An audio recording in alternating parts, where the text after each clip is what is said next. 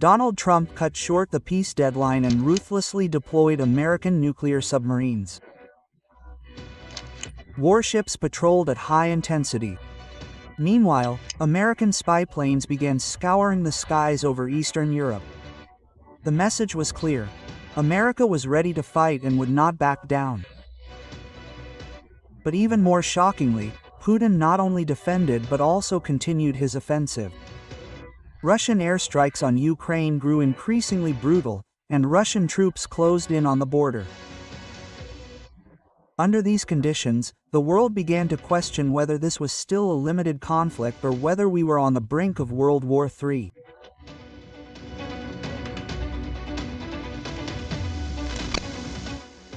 To truly understand why this situation was escalating, we must look back at the history of the relationship between Trump and Putin. Once close friends, they supported and complemented each other. But now, that relationship has turned into a tense exchange of threats. For years, relations between America and Russia have been fraught with turmoil. But when two major figures like Trump and Putin come into direct contact, the previously hidden tensions explode with devastating force. Early in his term, Trump developed a very close relationship with Putin. Many believed that if anyone could restrain Putin, it would be Trump.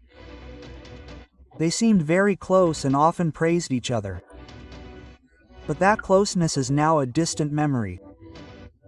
Trump tried to leverage the relationship to offer a ceasefire in Ukraine, agreed to by the Kyiv. But Moscow not only refused, but also made increasingly complex conditions.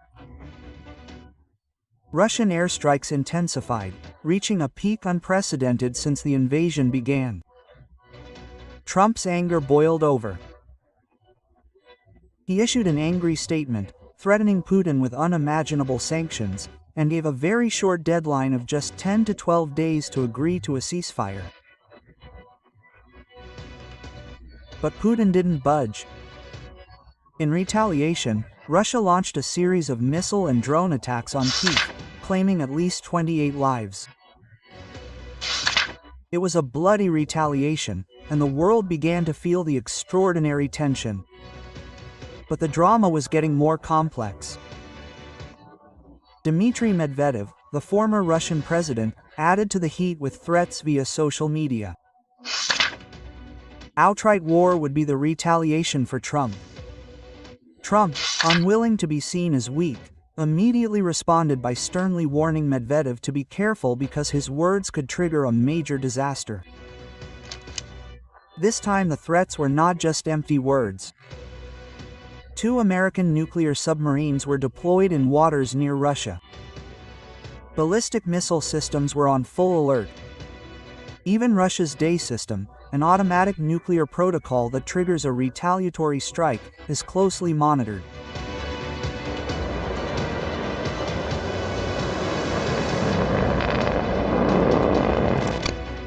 But why does Russia persist despite the threat of total devastation, even with tariffs of up to 100%? Why does Putin remain calm and his forces become increasingly aggressive? The answer is actually quite clear. Western sanctions are no longer effective for Russia. In fact, trade relations between Russia and the United States have drastically declined since 2021, reaching 90%. Therefore, even if America presses with maximum sanctions, the impact on Russia is insignificant. Why? Because Russia's main resources, oil and gas, are now largely purchased by non-Western countries such as China, India, and Brazil, countries that are increasingly close to Russia. Through BRICS, these countries are now starting to create economic systems that don't rely on the dollar or Western pressure. The harder America presses, the more Russia strengthens its position by relying on ties with BRICS and the Middle East. But it's not just the economy that is Russia's strength.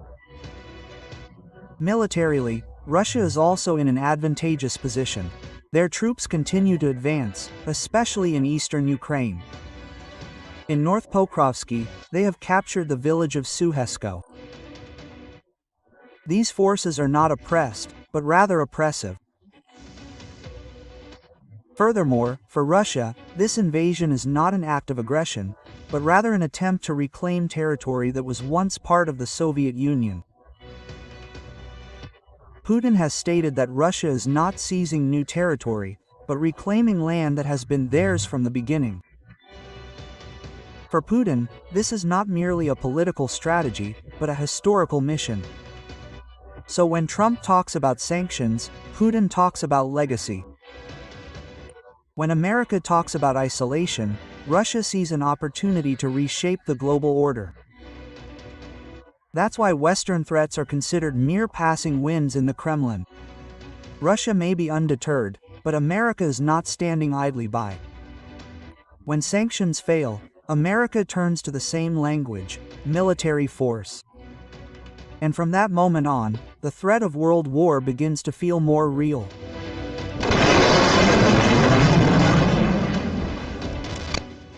Amidst the increasingly tense escalation, one question clearly arises: is the world heading towards a third world war?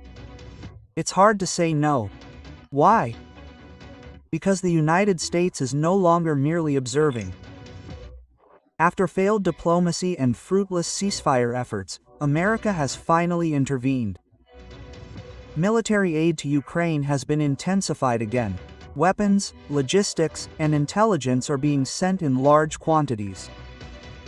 Tensions escalated when Sochi, a strategic city in southern Russia, was attacked by drones. A large oil depot caught fire. Hours later, an American Poseidon Cup maritime surveillance aircraft flew low over the Black Sea, right near the Russian coast. This was no longer just a proxy war. It was direct combat.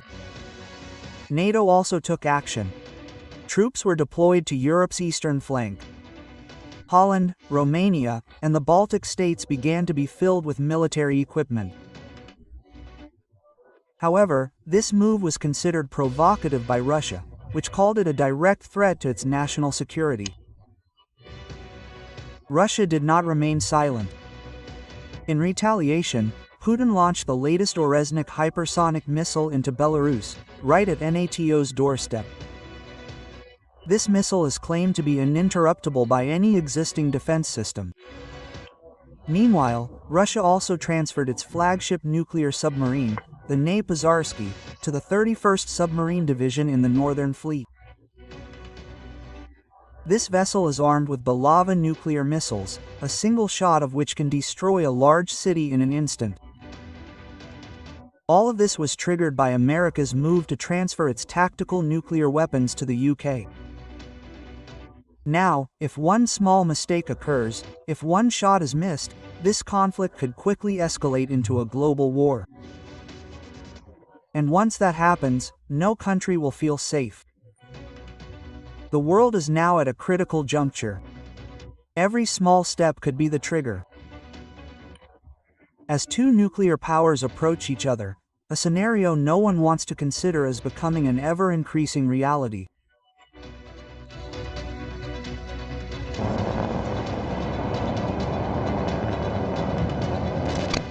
If this situation continues to develop, the world faces two major possibilities: escalation of the conflict or de-escalation. Let's start with the darkest. Escalation for Russia. The presence of NATO troops in Poland, the transfer of American tactical nuclear weapons to the UK, and American nuclear submarines approaching its waters. These are not merely provocative actions. These are direct threats to its existence. According to Russian military doctrine, if a country feels its existence is threatened, the use of nuclear weapons is considered legitimate. What does that mean? If Moscow feels this threat has crossed the line, we could see hypersonic missiles like the Oresnik or even the Belava strategic nuclear missile launched sooner than we think.